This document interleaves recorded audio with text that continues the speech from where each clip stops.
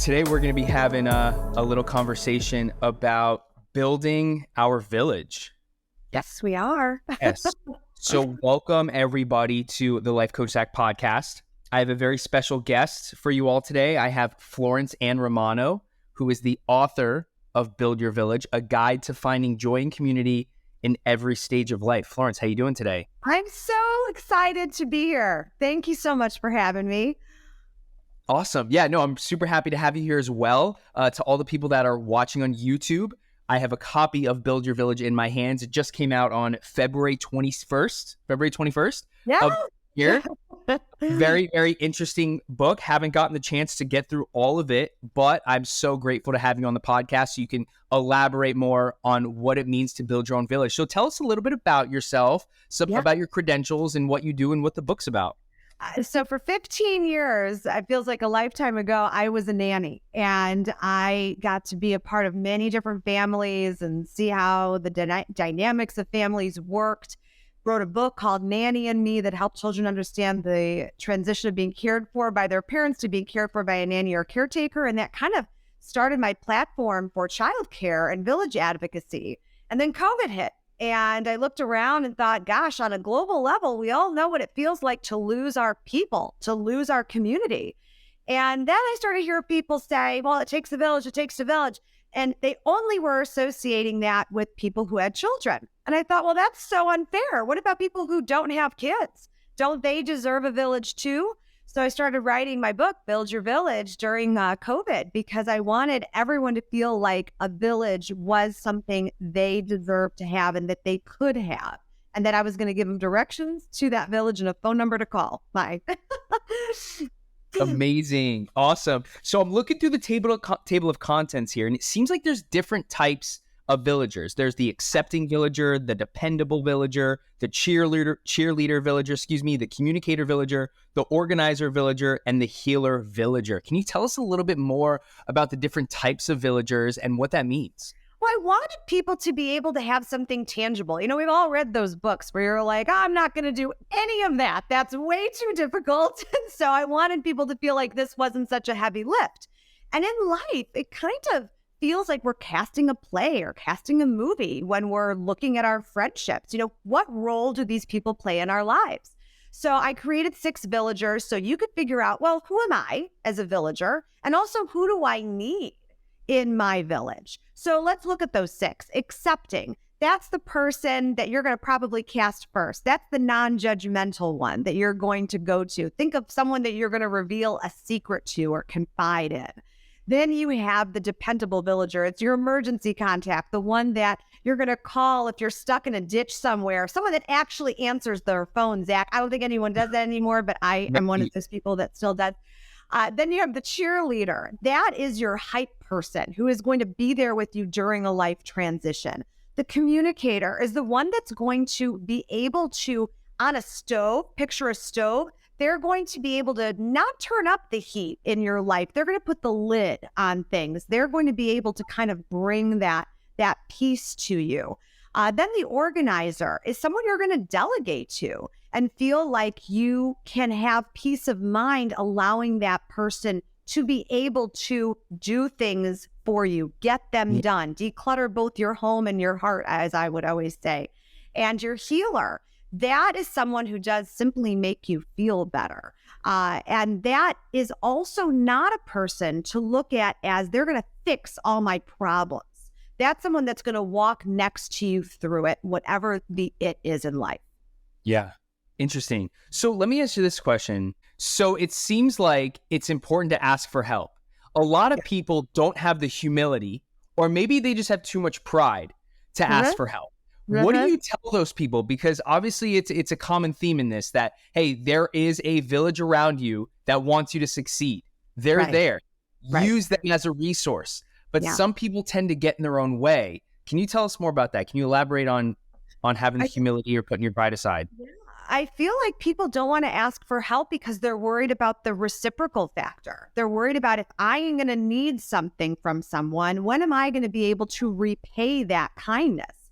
And if you're looking at your friendships or your relationships in life as tit for tat, you're going to be awfully disappointed as you continue on this journey as an adult, because that's not how it works. Asking for help should not be a weakness. You know, when I was a nanny, I used to say to parents all the time who felt that they needed to be competitive with their nanny or their caretaker, where they're like, my kid loves them more than they love me. And I'm like, you know, there's no competition here. This should just be another person to love them. There's no such thing as too much love, too many people to support you and to lift you up and to teach you lessons.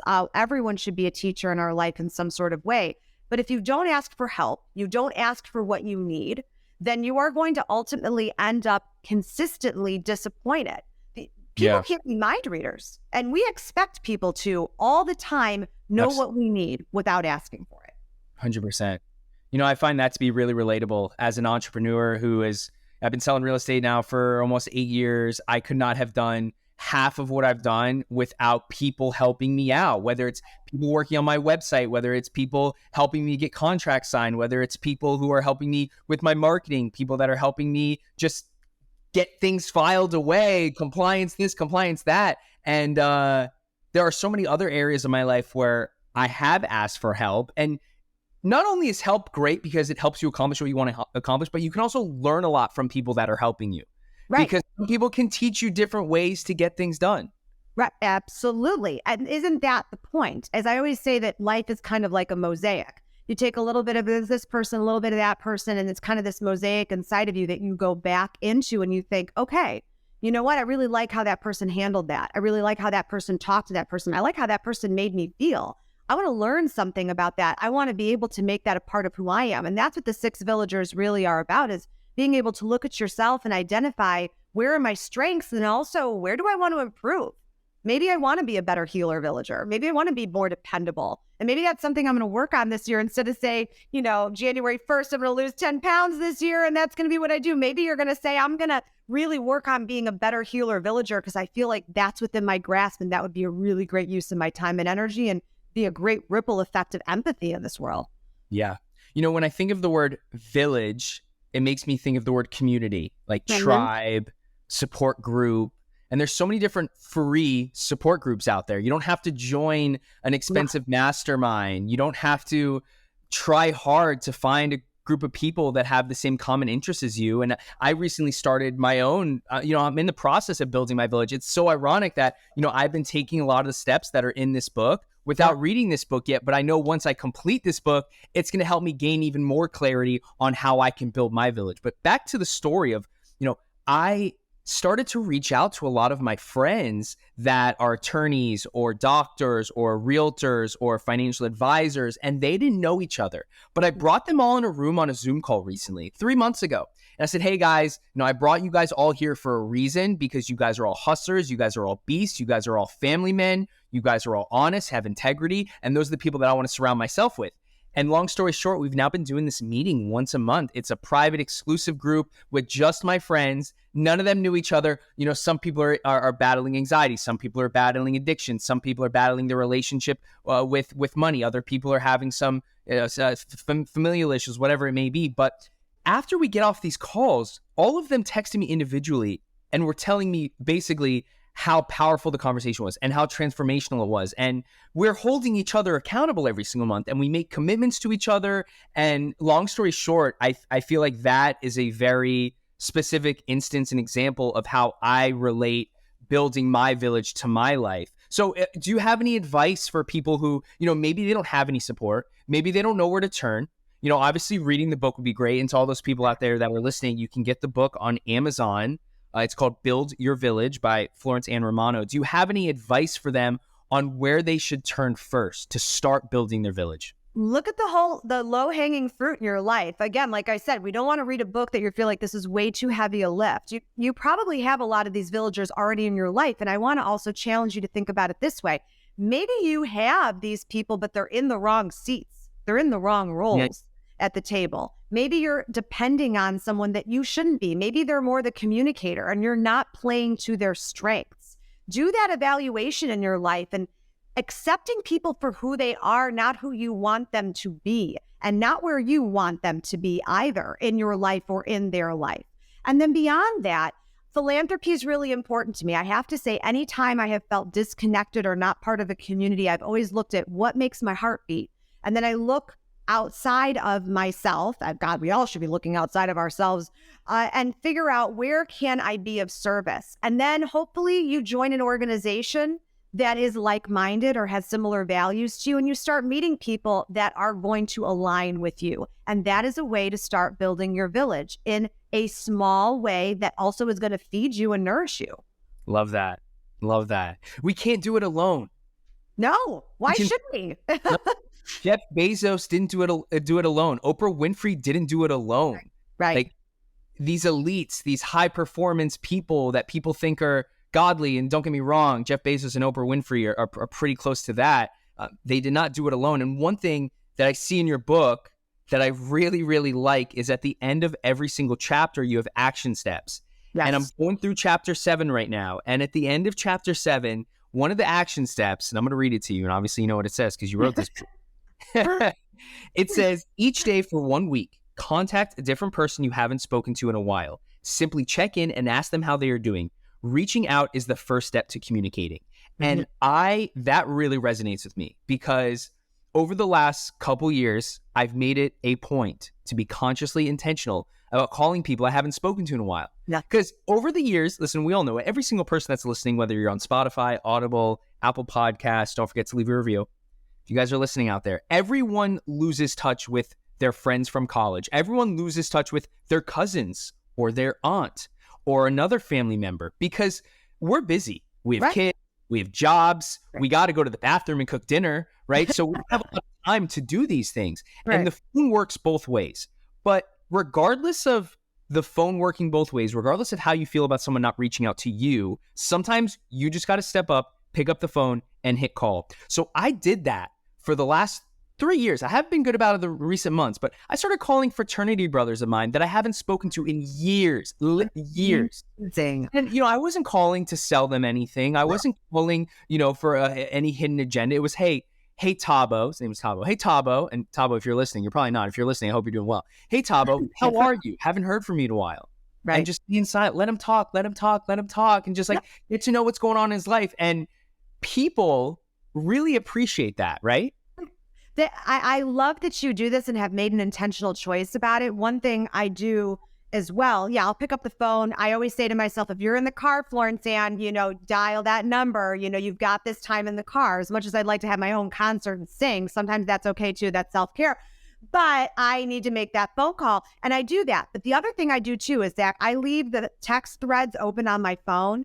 And if I have talked to someone in the more recent past that I know is going through something, or I want to remind myself to check on them, I leave the text thread open. So I'll scroll through my phone at night and I'll be like, oop, I need to check on this person. And I will send 2 words, wellness check, to them. And that is my signal. When you feel ready, when you have time, let me know how you're doing. This is an open forum for you to vent to me, unload, or just connect. And that's something I've made a point of doing for years now.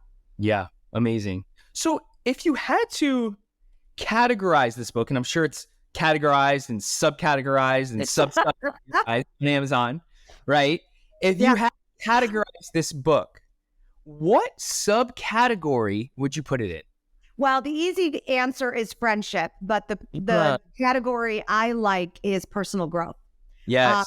Because I feel like this is an evolution. This is a lifelong journey. Hopefully this is a book that you take out as you're in transition in life, in different seasons of life, and you work it. You work it like a workbook and know that it's an anchor for you. You can come back to it at any time where you're feeling a little lost, and it can help guide you home.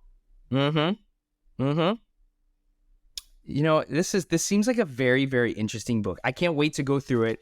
I can't wait to learn more on how I can continue to build my village, because I got to say, I'm pretty proud of my village right now. I got a good group of guys, a good group of women in my life, a good group of peers and acquaintances that I look to for support, that know that I'm here for them. And that makes me more accountable. It holds me to a higher standard. I feel a sense of obligation that I can't help other people unless I'm putting myself first, 100%. right? And it always starts with ourselves. But I think a lot of people that are listening now could take this conversation and apply it to their life. And if there was one, we're going to give our listeners today a challenge. Okay. Yeah, let's do it. The challenge that I'm going to give to my listeners out there is call someone you haven't spoken to in a while. And before you dial their phone number or go through your contacts on your iPhone and hit call, you're going to get nervous. This is normal. You're going to get nervous. As someone who has been in sales for my entire life, pretty much, I don't get nervous calling people. I especially don't get nervous calling strangers. But for some reason, I get nervous calling someone I haven't spoken to in a while. Yeah. Even if it's a family member that I haven't really spoken to in a while, because sometimes conversations, and I might be elaborating too much, but sometimes conversations I have with family members are kind of just like talking, because when people get nervous, they talk, right? They talk their thoughts out loud, thoughts that don't need to be said. Right. And a lot of the times silence is okay in a conversation, right? Absolutely. Right. But the challenge I'm going to give to listeners today, I want you guys to call someone you haven't spoken to in a while. And after you make that call, I want you to either DM me on Instagram, or I want you to DM Florence on Instagram. Yeah. Florence, what's your Instagram handle so people can reach out to you after they make this call? Florence Ann Romano, and I answer every DM I get. So please write me. Awesome. And for all the people, before we get to Florence's challenge, for all the people that are watching on YouTube, I'm going to drop the link to Build Your Village that you can get on Amazon. I'm also going to drop the link to Florence's Instagram. So Florence, what is a challenge you have for the listeners? I'm gonna do two. I'm gonna piggyback. The first one, you heard me say wellness check. For those of you that don't want to make the phone call, I'm gonna give you another option. You can send that text message and ask someone how they're doing. But I want you to make that call. But depending on how people are, I understand if you want to tiptoe into it. The other thing is, I have a quote that I live my life by, Maya Angelou. People forget what you said, people forget what you did, but people will never forget how you made them feel. And I wake up every day hoping to make someone feel a certain way. So I want to challenge everyone out there to figure out what that means for you this week. How can you make someone feel a certain way? Feel seen, heard, understood, valued, whatever it is. Get creative, but put that at the forefront of your mind as a goal this week. Love that. Florence, thank you so much for jumping on the podcast today. It was a pleasure having this short conversation with you. I wish we had more time. I know you're super busy, and with the book launch, which is going extremely successful, congratulations. Super happy. For all those people out there that have been listening to this podcast, head over to Amazon.com, go get your copy of Build Your Village, connect with Florence on Instagram. And hey guys, to you couple hundred that listen to this podcast after we drop it every single day, I want you guys to commit to this challenge. Life is short. We don't know when our ticket's going to be called. Pick up the phone and reach out. Start building your village. Florence, it's been amazing speaking with you today. This has been absolutely fabulous. Thank you so much.